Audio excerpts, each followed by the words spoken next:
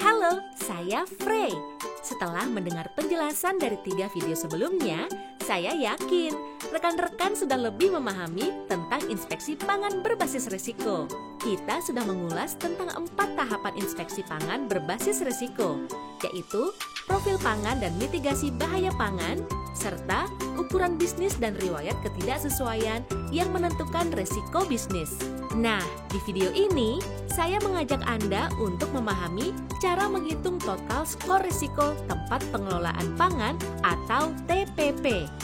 Dari skor akhir ini, kita bisa menentukan frekuensi inspeksi yang perlu dilakukan kepada masing-masing TPP. Mari kita mulai! Skor risiko TPP dinilai dari skor risiko pangan yang ditentukan oleh skor profil pangan dan skor mitigasi bahaya pangan, ditambah dengan skor risiko bisnis yang didapat dari skor penilaian ukuran bisnis dan skor riwayat ketidaksesuaian. Skor risiko TPP yang lebih dari 50 masuk dalam kategori tinggi. Skor risiko TPP 35-50 masuk dalam kategori sedang. Dan skor risiko TPP kurang dari 35 masuk dalam kategori rendah. Nah, dari skor risiko TPP yang sudah didapat, kita bisa menentukan frekuensi inspeksi TPP. TPP dengan risiko tinggi perlu dilakukan inspeksi setahun 2 kali. TPP dengan risiko sedang setahun sekali. Kemudian, TPP dengan risiko rendah perlu dilakukan inspeksi 2 tahun 1 kali. Mudah kan? Sekarang kita coba praktik menghitung risiko TPP ya. Bu Jojo memiliki usaha di sebuah sentra makanan di Jakarta yang menjual menu karedok, kerupuk, air minum dalam kemasan, dan kopi instan. Berdasarkan data, TPP Bu Jojo belum pernah mendapatkan inspeksi sebelumnya dan belum pernah mendapatkan pelatihan atau pembinaan. Terdapat 2 orang karyawan yang bekerja di TPP ini, dan usaha Bu Jojo bisa menghasilkan 40 porsi per hari atau 960 porsi per bulan. Lalu, bagaimana cara menetapkan skor total risiko TPP tersebut? Dan berapa kali perlu dilakukan inspeksi dalam 1 tahun? Nah, dalam mengisi form daftar risiko pangan dan risiko bisnis, Anda hanya perlu mengisi produk yang memiliki risiko pangan tertinggi dilihat dari faktor risiko pangan saja ya. Sehingga, dalam kasus TPP Bu Jojo yang menjual beberapa produk, maka hanya karedok yang dicantumkan di dalam formulir. Langkah berikutnya, kita perlu menilai profil pangannya melalui pohon keputusan profil pangan. Di pertanyaan pertama, karedok kita ketahui merupakan pangan yang tidak memiliki tingkat keasaman atau pH kurang dari 4,6 dan aktivitas air atau AW kurang dari 0,85 dan mengandung glukosa tinggi. Sehingga kita lanjut ke pertanyaan kedua. Karedok termasuk pangan PHF karena mengandung bahan seperti sayuran yang sudah dipotong dan langsung disajikan secara mentah, sehingga kita lanjut kembali ke pertanyaan berikutnya.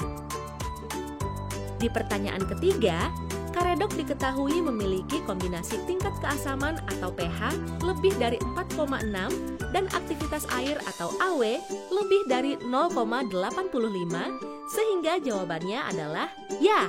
Dari pohon keputusan ini, dapat disimpulkan bahwa karedok termasuk kategori risiko tinggi dan mendapatkan skor 15. Mari kita catat dalam form. Langkah berikutnya adalah penilaian skor mitigasi bahaya pangan. Mari kita kembali ke pohon keputusan mitigasi bahaya pangan.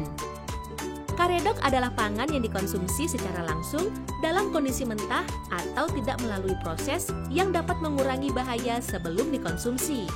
Untuk itu, jawabannya adalah ya, dan karedok termasuk memiliki risiko tinggi dan langsung mendapatkan skor 15.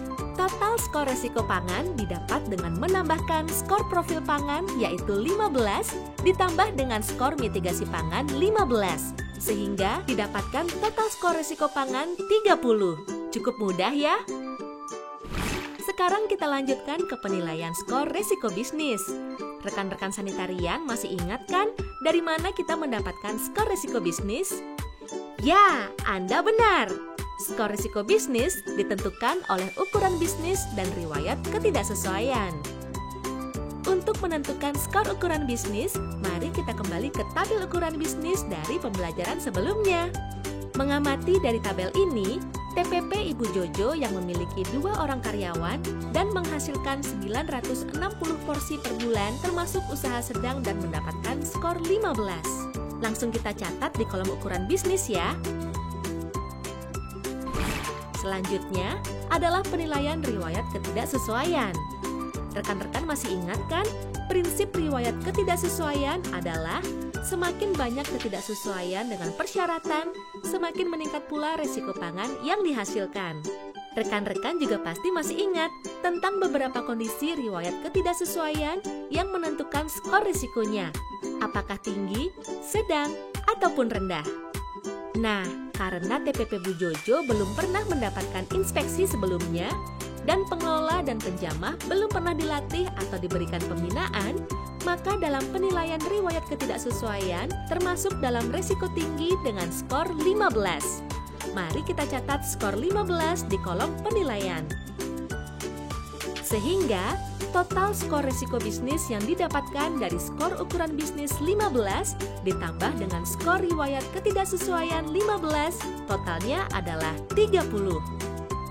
Langkah selanjutnya untuk menentukan total skor TPP adalah dengan menambahkan total skor resiko pangan yang sudah kita dapatkan tadi yaitu 30 dengan total skor resiko bisnis yaitu 30.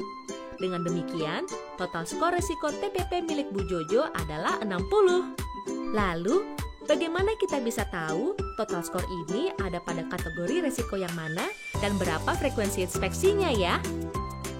Mari kita kembali ke tabel berikut. Karena total skor adalah 60, maka TPP ini termasuk kategori resiko tinggi, sehingga perlu dilakukan inspeksi sebanyak 2 kali dalam 1 tahun. Mudah bukan? Sekarang, mari kita coba dengan contoh kasus yang lain. CV Sejahtera di Bogor hanya menjual air minum isi ulang.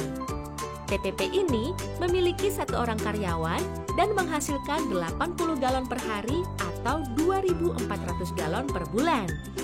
Hasil inspeksi kesehatan lingkungan atau IKL terakhir menunjukkan TPP ini memenuhi syarat dan tidak ditemukan E. coli pada uji kualitas airnya. Untuk mengetahui skor risiko TPP ini, pertama kita tentukan dulu skor risiko pangannya dengan menentukan skor profil pangan dan skor mitigasi bahayanya.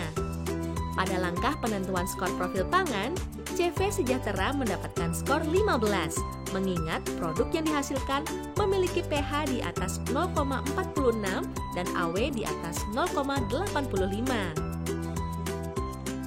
Kita masukkan skor ini dalam tabel. Selanjutnya, dalam penentuan skor mitigasi bahaya, CV Sejahtera mendapatkan skor 5 karena di depot air minum terdapat proses mitigasi pengolahan menggunakan filter dan sterilisasi menggunakan UV. Kita masukkan skor ini dalam tabel. Dengan menambahkan skor profil pangan 15 dan skor mitigasi pangan 5, maka ditemukan total skor risiko pangan untuk TPP ini sebesar 20. Langkah selanjutnya adalah menentukan risiko bisnis yang didapat dari ukuran bisnis dan riwayat ketidaksesuaian. Melihat kembali di tabel yang tersedia, ukuran bisnis diberi skor 20 karena dari kombinasi 1 orang pekerja menghasilkan 2.400 galon per bulan. Kita masukkan skor ini dalam tabel.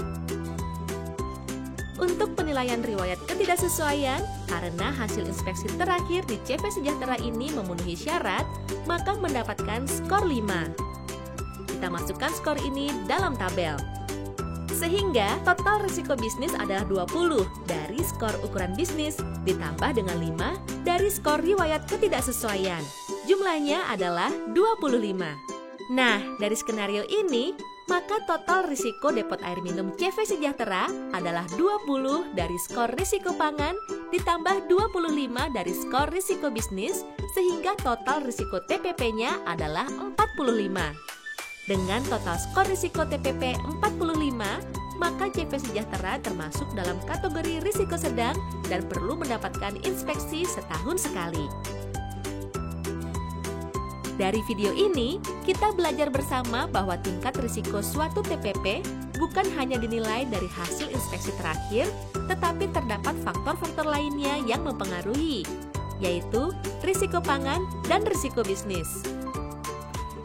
Risiko pangan diperoleh dengan menghitung skor profil pangan ditambah skor mitigasi bahaya pangan, sedangkan risiko bisnis diperoleh dengan menghitung skor ukuran bisnis ditambah skor riwayat ketidaksesuaian. Hasil akhir risiko TPP akan menentukan apakah TPP termasuk dalam risiko tinggi, sedang, atau rendah, yang juga akan menentukan berapa kali TPP perlu mendapatkan inspeksi dari rekan-rekan sanitarian. Kita hampir sampai di penghujung pembelajaran tentang inspeksi pangan berbasis risiko. Mari kita lanjutkan di video berikutnya tentang persiapan dan perencanaan yang perlu rekan-rekan sanitarian lakukan sebelum melakukan inspeksi. Sampai jumpa! Video ini dipersembahkan oleh Direktorat Kesehatan Lingkungan, Direktorat Jenderal Kesehatan Masyarakat, Kementerian Kesehatan Republik Indonesia. Materi lengkap bisa rekan-rekan dapatkan dengan mengakses website berikut.